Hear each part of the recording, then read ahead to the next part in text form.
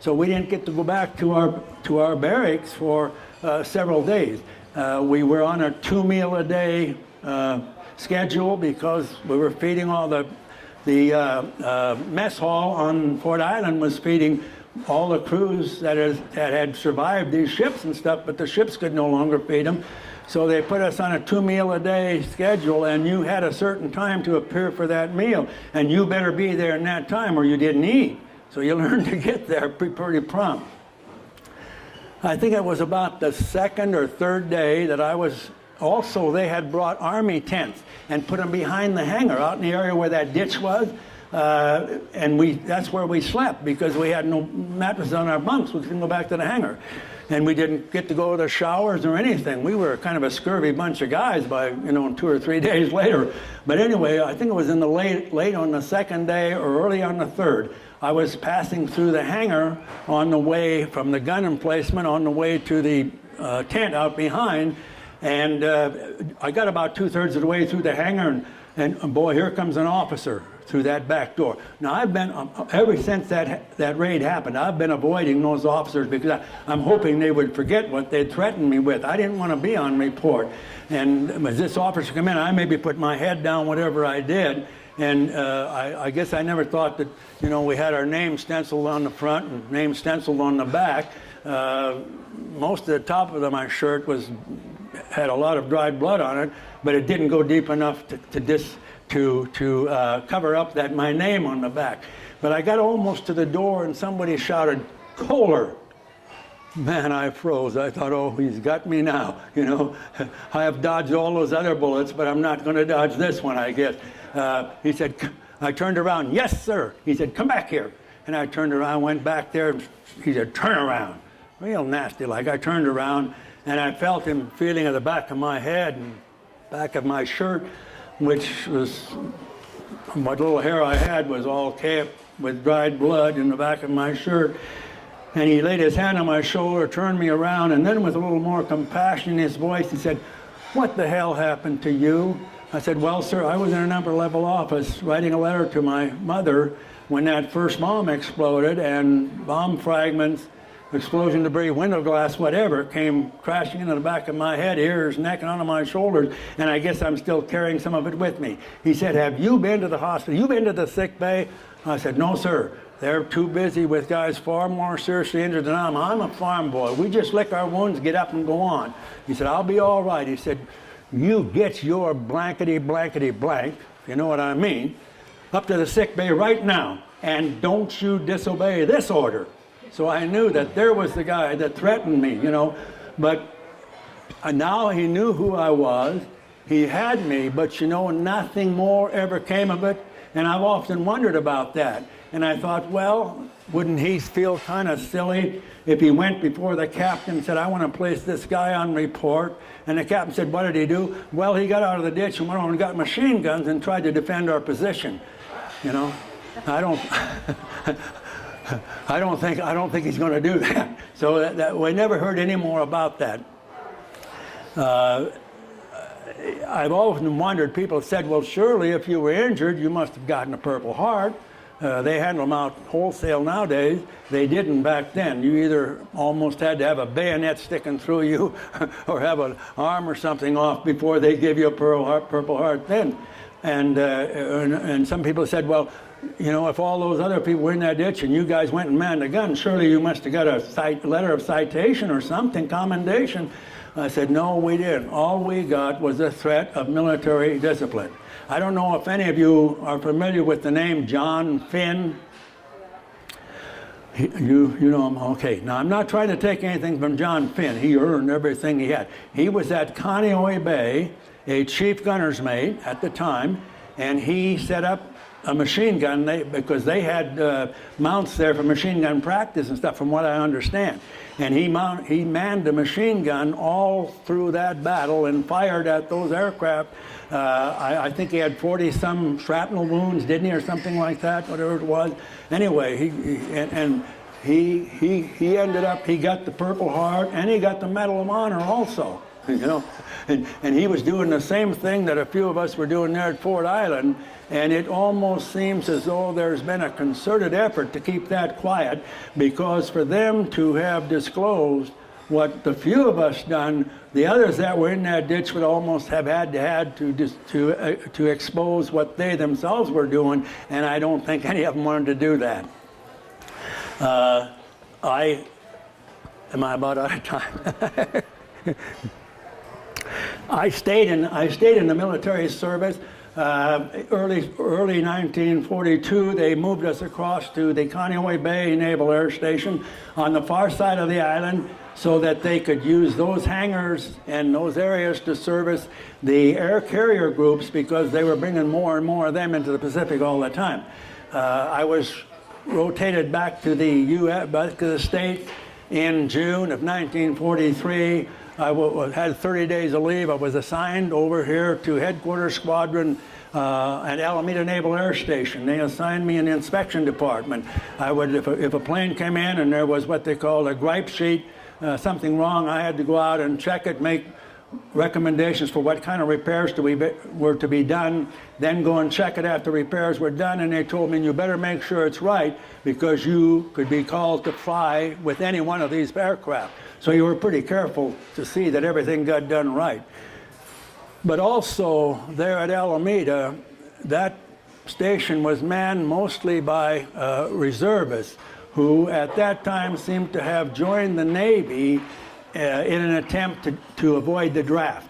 And it seemed to me like their main aim was to do whatever they had to do to stay stateside.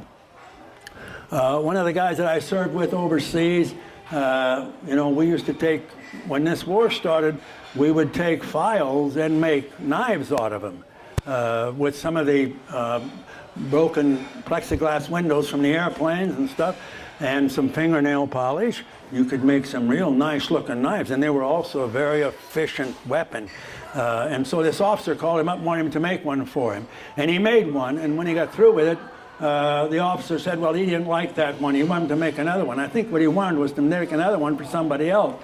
And my friend Donald told him, I'm not going to do that, sir. That's not what I'm here for. I'm here to serve the Navy, not you individually. And he told him, you're going to be on the next draft out of here. And when Don come down and told me that, man, I got a little bit hot under the hat. I went right upstairs and I told him what I thought of him. And then I told him, put me on that next draft out of here too, will you? Boy, it was only about a couple, 3 days. I come in from checking an airplane into the hangar, and everybody was gathered over there at the bulletin board. I thought, I wonder what's going on. So I went over there, and there was a list of a new unit that was being formed. They call it a Carrier Aircraft Service Unit, or CASU 30. They sent us down to Hollister for a little training, back aboard the ship out to Pearl Harbor. And I went to Barber's Point. If anyone knows what that is, if you're going into the entrance to Pearl Harbor, it's off on the port side. They sent us there for what they call commando training. They load you up with all of your backpack, your rifle, your gear, and everything, take you out into the surf and dump you off of those double-ended whaleboats, and you got back ashore the best way you could. Now, I wasn't a swimmer, but somehow I'd get back ashore every time, and that wasn't the end of it. Then you had to crawl through a bunch of mud. I think they intentionally put some of the sewage or whatever it was in those ditches to give you an idea of what you might come up again underneath barbed wire. Then you'd be going over a wall. You had to climb up ropes and everything. Anyway, we completed that commando training and sent us back down to West Lock. For those of you who have been in Pearl Harbor, if you come into the entrance off to the left, in there is what they call West Lock. That's where the ammo storage mostly was, and that's where the USS Kenmore had put in when we came to Hawaii. I came back there in late January, and there was put back aboard the Kenmore again, only now they had added about 6 or 8 landing craft and in double layers on the front deck of that. They'd built up superstructure and put those landing craft on it. And I'm thinking, oh, we're on our way now. So we head out to sea, and we're about 2 or 3 days at sea. And when the captain come on and said, our destination is Majuro Atoll in the Marshall Islands. Okay, that's where we're going. You can't do much about it. There's no way to get out and walk back, you know. Anyway, so we went down there and got on Maduro. I stayed down there for almost 2 years, and our purpose of being there was to have fresh and new aircraft or repair aircraft from the carriers as they went out into battle and came back. They would have damaged aircraft or they would lose them, and we would replace them with new aircraft, take the old ones. If there were any parts that were salvageable, we would cannibalize them, use them. Maybe out of 3 we could make 1 that was serviceable. And so that's where I finished out my time down there in the South Pacific.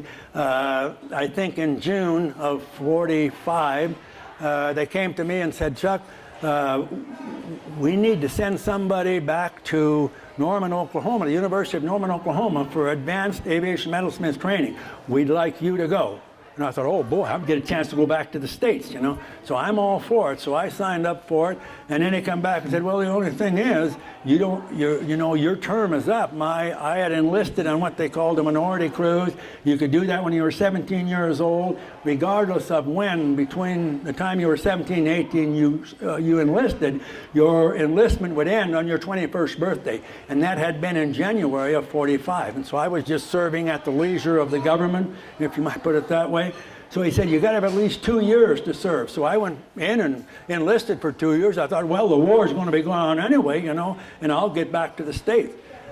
Well, the shooting war ended in August, and they signed the unconditional surrender in September. And so all the guys get on the ship and the airplanes and they go home, and I'm still there, waiting to go back for that additional training. I didn't get out of there until late October, I think it was, anyway. But I completed that training at Norman, Oklahoma, ended up back aboard the USS St. Paul, which was a heavy cruiser, beautiful, beautiful ship. I really enjoyed that 1 year of sea duty.